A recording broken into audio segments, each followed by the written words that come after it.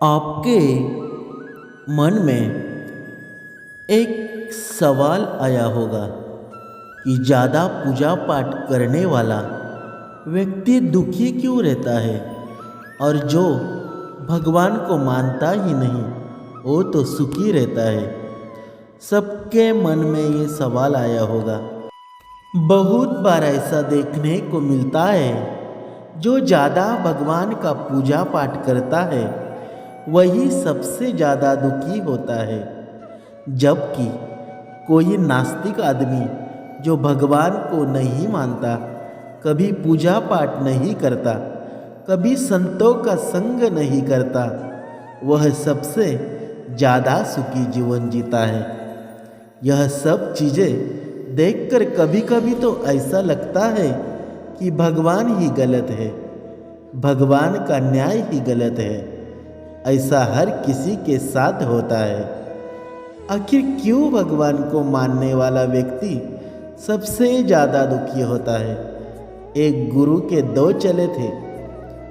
दो ही पढ़े लिखे विद्वान थे। दोनों में से फर्क सिर्फ इतना था कि एक भगवान को मानने वाला था और दूसरा भगवान को न मानने वाला था। एक ऐसा था जहाँ पर भगवान की कथा होती थी, जहाँ सत्संग होता था, जहाँ भजन होता था, वहाँ दौड़ के चला जाता था और भगवान की पूजा पाठ करने लगता था। दूसरा शिष्य इन सब चीज़ों से काफ़ी दूर था। वह शराब पान भी करता था, वेश्याओं के साथ गमन करता था। सारी बुरी बातें आदतें दूसरे शिष्य में थी। एक दिन क्या हुआ, एक शिष्य शराब पीकर अनाप शनाप बोलते हुए रास्ते में पैदल चलते हुए अपने घर को जा रहा था। अचानक उसको रास्ते में पैसों से भरा एक बैग मिल जाता है। उसकी खुशी का ठिकाना नहीं। वह जोर जोर से चिल्लाते हुए सबको बताता है, मुझे आज पैसों से भरी बैग की थैली मिल गई, मेरा जीवन सफल हो गया। इन पैसों से अपने जीवन की आवश्यकताओं की पूर्ति करूँगा। वही दूसरा मित्र मंदिर से भजन करते हुए अपने घर की ओर जा रहा था। अचानक उसकी पैर में एक बड़ी कील चुभ जाती है, रक्त निकलने लगता है। ठीक उसी समय दूसरा शिष्य भी वहीं पहुंचता है और हंसते हुए उसको बोलने लगता है, क्यों तुम्हें होना जो सबसे ज़्यादा पूजा पाठ करते हो, भगवान का भजन करते हो, क्या दिया तुम्हारे भगवान ने तुम्हें? मुझे देखो, मैं कभी मंदिर नहीं गया, मैंने कोई भी काम अच्छा नहीं किया, मेरे घर में भगवान का मंदिर भी नहीं है, मैंने कभी अपने घर में सत्यनारायण की कथा नहीं करवाई, भगवान के सामने कभी माथा नहीं टेका, फिर भी मैं कितना संपन्न हूँ, अमीर हूँ, मेरे पास पैसों की कोई कमी नहीं है, सबसे ज़्यादा सुखी जीवन में ही जी रहा हूँ। अच्छे शिष्य को उसकी बात चुभने लगी। उसने मन ही मन विचार किया, हाँ, यह तो सच बोल रहा है। मैंने कितना पूजन करता हूँ, मैं कितना भगवान को याद करता हूँ, फिर भी मैं इतना दुखी हूँ और वह कुछ नहीं करता, फिर भी कितना सुखी है। इतना सोचते हुए वह अपने गुरु के पास चला जाता है और यही प्रश्न गुरु से करता है। गुरुजी मुस्कुराते हुए बोले, भगवान जो करते हैं अच्छे के लिए करते हैं, जिसकी जैसी योग्यता होती है उसको उसी के अनुसार फल देते हैं। अब तुम्हारे प्रश्नों का उत्तर तुम जानते हो। भगवान ने तुम्हारे पैर में कील क्यों चुभाई और उसको पैसों से भरी हुई बैग क्यों मिली? सुनो, तुमने पिछले जन्म में बहुत पाप किया था, इसलिए तुम्हारी आज मौत होने वाली थी।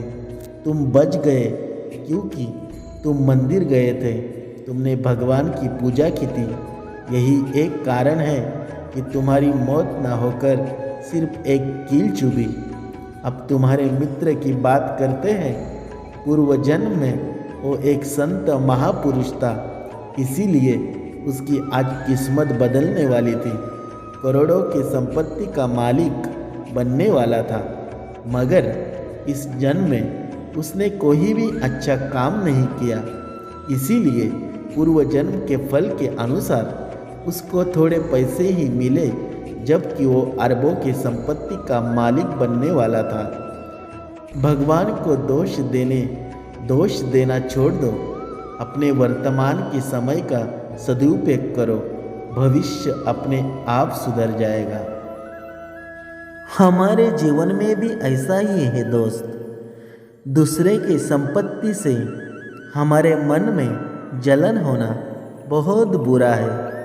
इसीलिए हम क्या करते हैं, इसी के माध्यम से हमारा भविष्य निर्धारित होता है। इसीलिए हम जो आज कर रहे हैं वो कल हमें काम आने वाला है। इसीलिए आज करो, जो सही होगा वही करो। कर्मों का फल तो सबको मिलता है। बेटा बनकर, बेटी बनकर, दामाद बनकर और बहू बनकर कौन आता है जिसका तुम्हारे साथ कर्मों का लेना देना होता है। लेना देना नहीं होगा तो नहीं आएंगे। डरना मत, अच्छे टाइम का इंतज़ार करोगे तो आपका भला ही होगा।